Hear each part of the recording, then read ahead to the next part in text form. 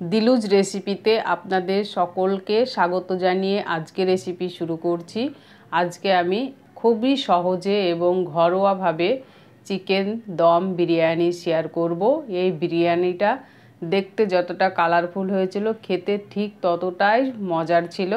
তো চলুন দেরি না করে রেসিপিটা দেখে নিই। আপনারা অবশ্যই পুরো ভিডিওটা দেখতে থাকবেন, না হলে স্টেপ বাই স্টেপ কিভাবে বিরিয়ানি বানিয়েছি মিস করবেন।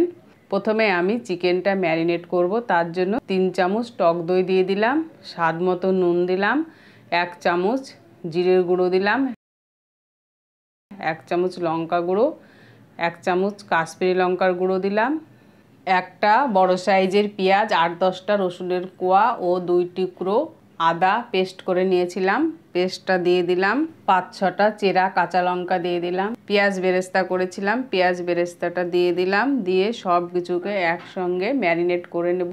বিরিয়ানি বানানোর আগে আপনাদের আর একটা কথা আমি বলে রাখি, এখানে আমি 1 কেজি চালের বিরিয়ানি বানাবো। তার জন্য আমি 1 কিলো চালের জন্য নিয়েছি 1 কিলো চিকেন আর 1 কিলো আলু নিয়েছি। সব কিছুর পরিমাণ কিন্তু আমি সমানভাবে নিয়েছি।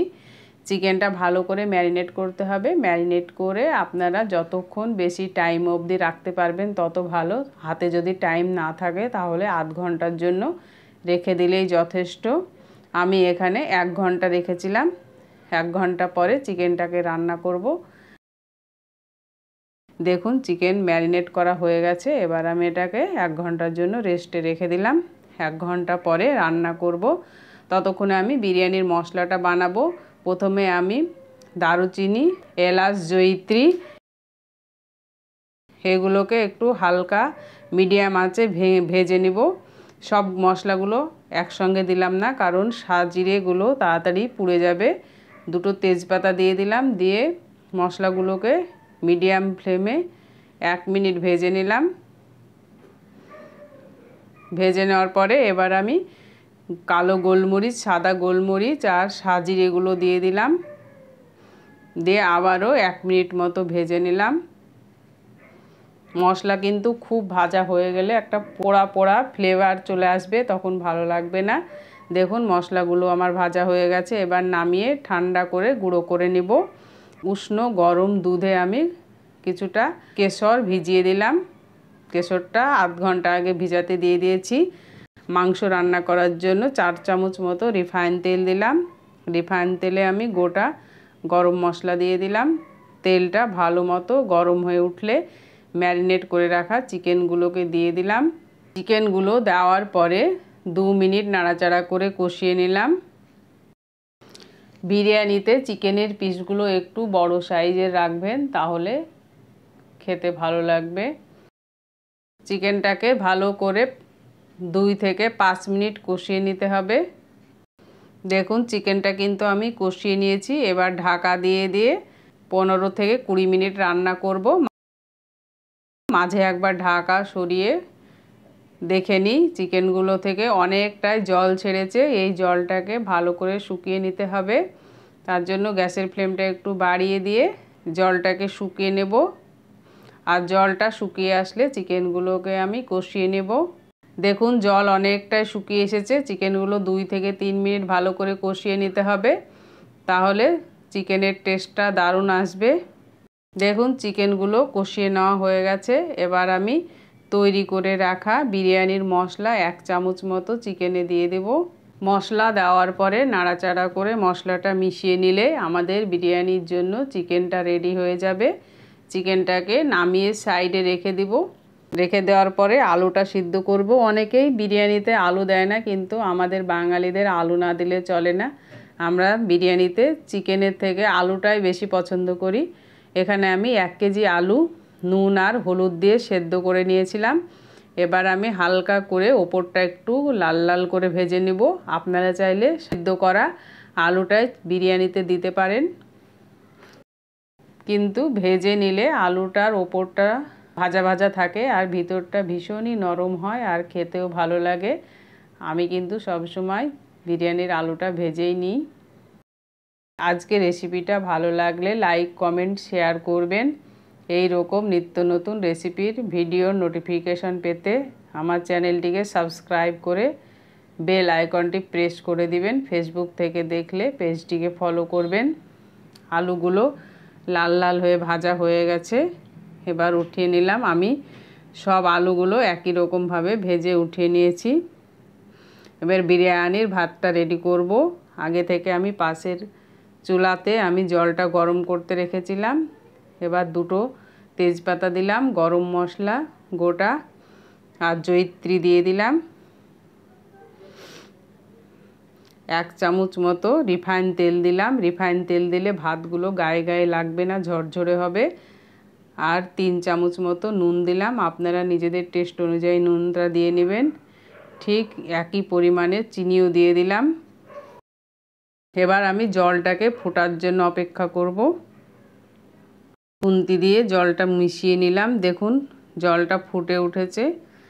1 কেজি চাল আমি 1 ঘন্টা আগে ভিজিয়ে নিয়েছিলাম। দিয়ে জল ঝরিয়ে নিয়ে চালগুলোকে দিয়ে দিলাম। দিয়ে হালকাভাবে একবার নাড়াচাড়া করে নিলাম।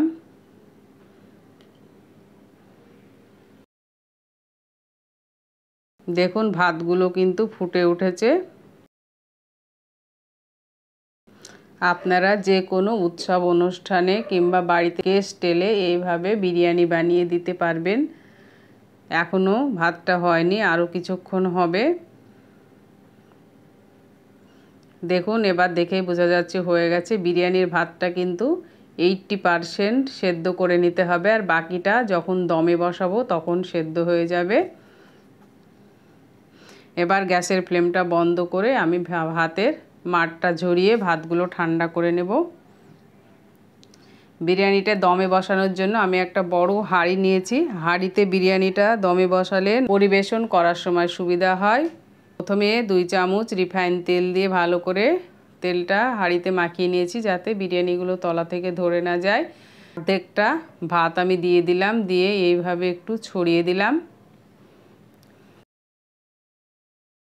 তৈরি করে রাখা বিরিয়ানির মশলাটা 2 চামচ মতো দিয়ে দিলাম। বিরিয়ানির মশলা দেওয়ার পরে ভেজে রাখা আলুগুলো দিয়ে দিলাম। আলুগুলোকে একটু ছড়িয়ে দিলাম যাতে চারিদিকে সমানভাবে থাকে। আলু দেওয়ার পরে এবার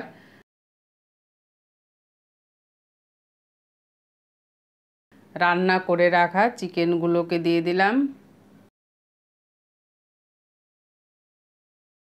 বাকি ভাতগুলো যা ছিল সব কটা দিয়ে দিলাম। দিয়ে ওপরটাকে সমান করে দিলাম।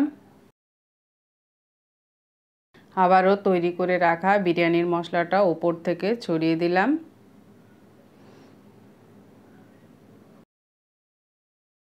দুই চামচ মতো রিফাইন তেল দিয়ে দিলাম।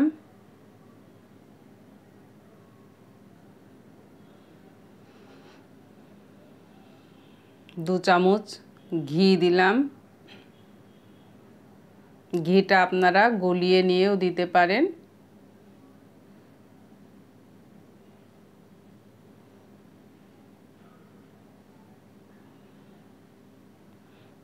ওপর থেকে পেঁয়াজ বেরেস্তা দিয়ে দিলাম। 2 চামচ কেওড়া জল দিলাম। জাফরান ভিজানো দুধে 3 থেকে 4 ফোঁটা মিঠা আতর দিলাম। আপনারা যদি মিঠা আতর পছন্দ না করেন তাহলে শুধু গোলাপ জলও ব্যবহার করতে পারবেন। সেক্ষেত্রে বিরিয়ানির সেন্টটা একটু কম আসবে।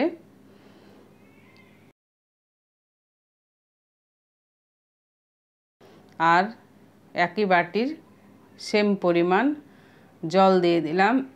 আমি এখানে ওপর থেকে কালারিং কিছুটা ভাত দিয়ে দিলাম। আপনারা চাইলে নাও দিতে পারেন, জাস্ট দেখতে ভালো লাগবে তার জন্যই দিয়েছি।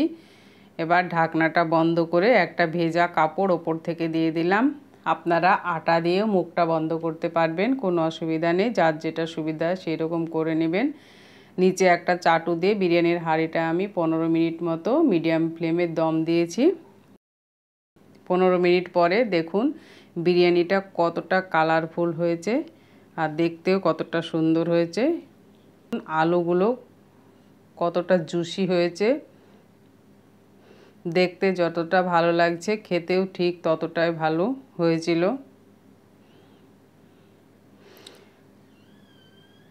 চলুন আপনাদেরকে বিরিয়ানির ভাতগুলো দেখুন কতটা ঝরঝরে হয়েছে, আলুটা কতটা সফট, আর চিকেনটা তো ভীষণই জুসি ছিল।